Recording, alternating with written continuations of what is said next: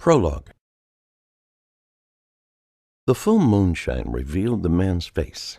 He stepped back until darkness sheltered him. He breathed deep.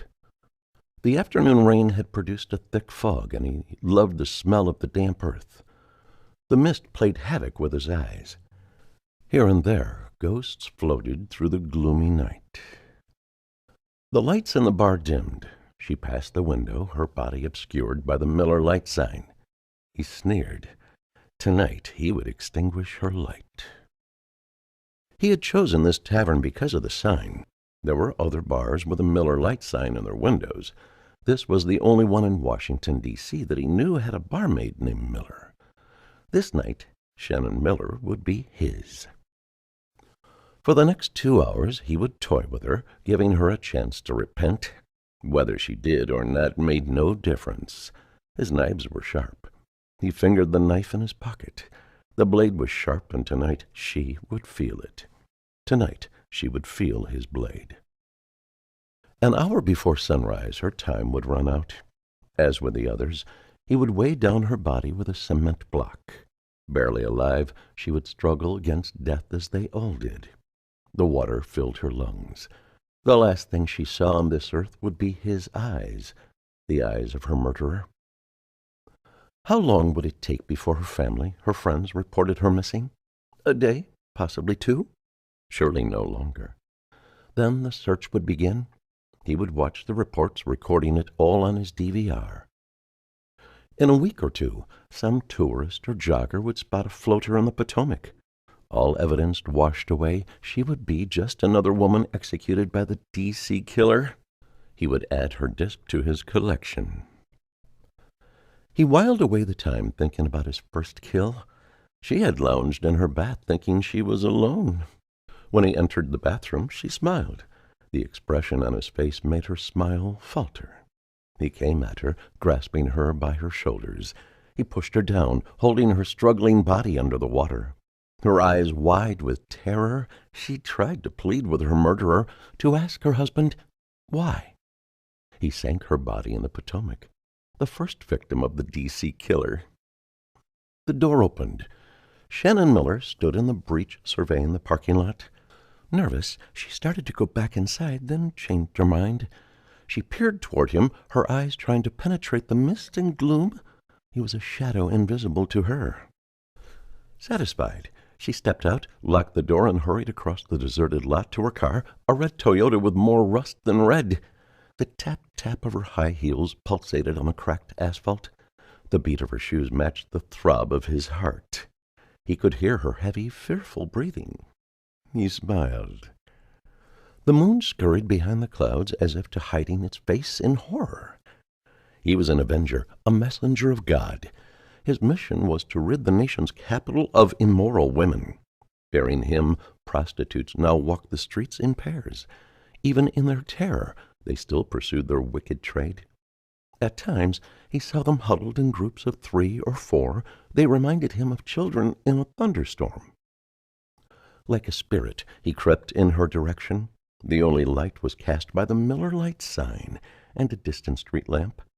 The light in the parking lot had burned out weeks ago, throwing it into darkness. He stalked her as a lion does its prey. He moved slowly, silently, low to the ground, keeping the car between them. His dark running suit blended with the night. He was the dark angel, the angel of death. In another life, he had passed over Egypt, killing the firstborn of those not chosen by God. Her eyes darted in every direction still. She didn't see him. He was invisible. Her hand shook as she tried to get the key in the door. The 11 o'clock news reported that they had found another one.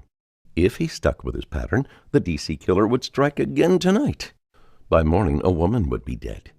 She prayed it wouldn't be her. She fumbled, dropping the key ring. She stooped to pick it up, her head turning in every direction, her ears alert to every sound. Without seeing him, she sensed him. She lowered her eyes, trying again successfully this time. She turned the key. There was a click. She sighed, unaware that she had been holding her breath. The dome light flashed as she opened the door. He was on her in an instant. Their bodies slammed against the door. The light blinked out. He held her in an iron grip. one hand over her mouth and the blade poking into her left breast. "Move and I'll kill you," he growled. She moaned. Tears obscured her vision, coursing down her cheeks, smearing her mascara and dripping off her chin. Her body trembled. "Please, don't hurt me." The words cracked through her parched lips. He grinned, his face twisted into a deadly smile. "Tonight I'm going to save you." For the next 2 hours she suffered tortures no woman should endure. Her body cried out in protest, her voice silent, stopped by the duct tape covering her mouth. By 4 a.m. his work was done. She had paid for her sins with her blood. He took the duct tape off her mouth, wrists, and ankles. Lovingly he replaced her clothes. She was pure now. Now she was a child of God. The rope was standard sold in any hardware store. The concrete block came from behind the bar. Dawn was an hour away. He rode to the middle of the river. Giving her a kiss, he pushed her body into the water. She awoke struggling against death. She sank down, her eyes wide with terror. The water enveloped her. The concrete block pulled her out of his sight. He waited 2 minutes, counting off the seconds. Then he rowed rapidly to shore. No time. He stashed the old rowboat under the aged willow tree where he had found it 2 days before. The blood-soaked running suit went into a dumpster, the gloves into another. He knew the schedule. By 10 a.m. they'd be on their way to the landfill. Good luck finding them. At the townhouse, he showered and shaved and changed into a dark blue suit, white shirt, and red tie. It was going to be a great day, one of the most important days of his life. He felt invigorated. Shannon Miller's strength ran through his veins. This day he would announce his candidacy, his past hidden, his secret unrevealed. He laughed. The voters were about to elect a serial killer as their leader. By the end of this year, the D.C. killer would be president of the United States of America. The limo pulled to the curb. Jimmy Fallon jumped out and was halfway up the sidewalk when Jerald Robbins opened his front door. "Good morning, Senator, or should I say, Mr. President?" "Not yet, Jimmy. It won't be long. Then you'll be the chauffeur to the most powerful man in the world." "Yes, sir." Jimmy grinned.